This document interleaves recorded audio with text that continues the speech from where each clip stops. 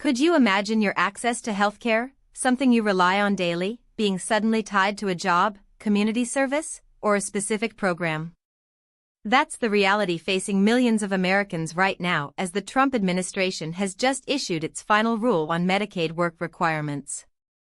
This isn't a hypothetical scenario, it's a policy that will soon touch lives across the nation. Before we dive into the specifics of this dramatic policy shift, if you want to stay on top of everything happening in U.S. politics, hit that subscribe button right now and leave a like. It really helps this channel grow and ensures you don't miss out on critical updates like this. So, what exactly is this final rule?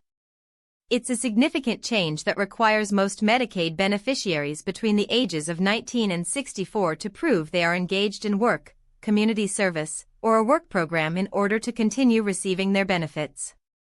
This is a cornerstone of the administration's broader vision for welfare reform, aiming to move individuals off public assistance and into the workforce. The rule lays out the general policies that every state must implement when introducing these Medicaid work requirements, as stipulated by what's been referred to as the One Big Beautiful Bill Act. The details are crucial here. States are now required to establish specific standards that beneficiaries must meet. This means that if you're a Medicaid recipient within this age bracket, you'll likely need to demonstrate your participation in a qualifying activity.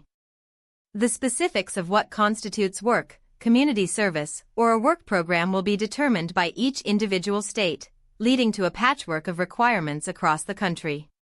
Think about what this means practically. It could involve logging hours at a job, volunteering for a local nonprofit, or attending specific training sessions.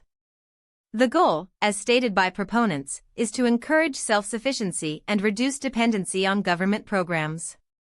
But what are the real implications of this policy? Who is most affected, and what are the potential outcomes? For beneficiaries, this represents a significant hurdle. Many Medicaid recipients are already working low-wage jobs, are full-time caregivers for children or elderly family members, or face other challenges like chronic illness or disabilities that make consistent full-time employment difficult, if not impossible. Forcing them to meet new, often stringent, work requirements could mean losing their health insurance entirely.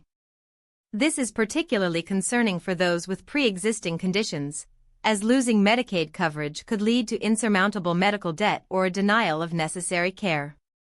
The potential impact extends beyond individual beneficiaries. States will need to develop and administer these new programs, which will require administrative resources and infrastructure. There's also the question of how these requirements will affect state economies. Will they truly stimulate employment, or will they lead to a greater burden on other social safety net programs as individuals lose their health insurance?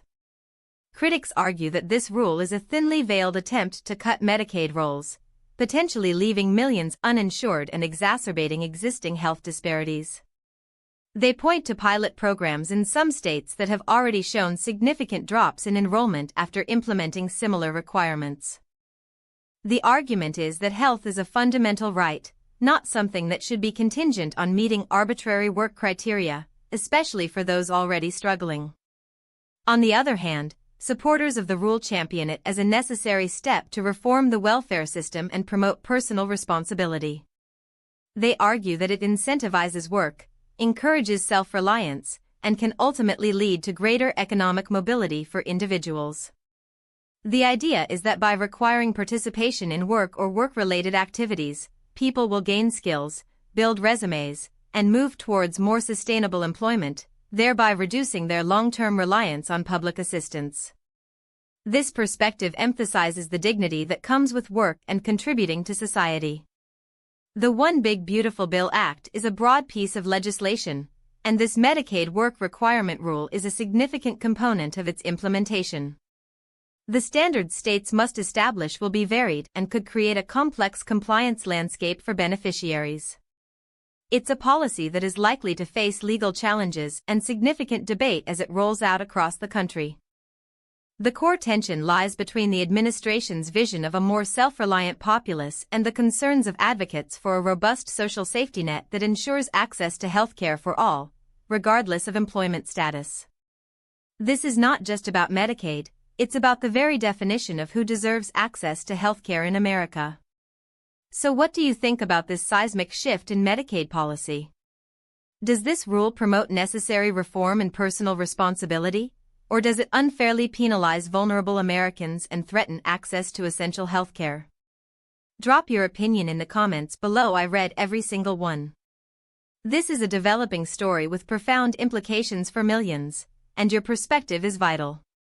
We'll continue to monitor and report on the impact of this new rule.